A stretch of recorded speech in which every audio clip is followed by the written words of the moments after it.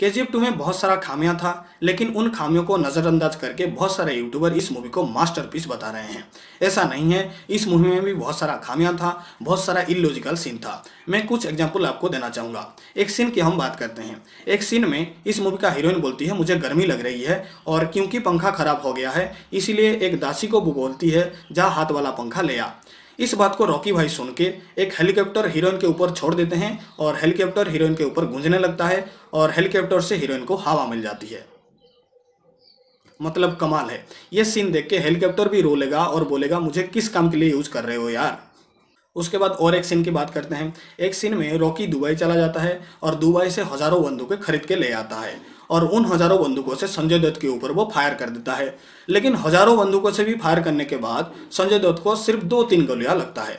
उसके बाद संजय दत्त का होता है ऑपरेशन और ऑपरेशन जब चल रहा होता है संजय दत्त डॉक्टर को बोलता है जो छोटे गोलियां हैं उनको निकाल दे और बड़े गोली जो बड़ा टुकड़ा है वो शरीर के अंदर रहने दे ताकि मैं जिंदगी भर याद रख सकूं रॉकी मुझे कभी हराया था और मैं इस दर्द को झेलना चाहता हूं। और यकीन मानिए ये जो गोली था, ये जो टुकड़ा था 3 साल के लिए संजय दत्त के अंदर था।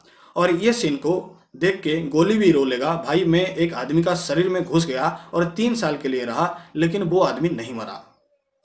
उसके बाद और एक सीन की हम बात करते हैं। इस मूवी की स्टार्टिंग से यानी कि KGF 1 से बताया गया है ये जो KGF गोल्ड माइन है इसे बनाने में बहुत बड़ा हाथ है अधीरा का। अधीरा इस KGF को बनाया है, बिल्डअप किया है और मूवी की एंडिंग में ये बताया जा रहा था अधीरा KGF की नक्शा ढूंढ रहा था और इसीलिए KGF से बहुत सारे लोगों को वो उठा लाया है और नक्शा वो बना रहा था। तो ये सीन सुन के बहुत ज़्यादा हंसी आएगा क्योंकि जो आदमी KGF को खुद बनाया है और 25 साल से जुड़ा हुआ था उस KGF से उसको KGF का रास्ता ही नहीं मालूम और इसीलिए वो नक्शा बना रहा है।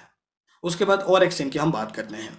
एक सीन में नहीं बहुत सारे सीन में दिखाया गया है रॉकी को सोना थोड़ा जल्दी चाहिए होता है। जितना सोना 25 साल से आज तक नहीं निकला था वो उसका 2 गुना 3 गुना सोना निकल चुका था उस माइन से।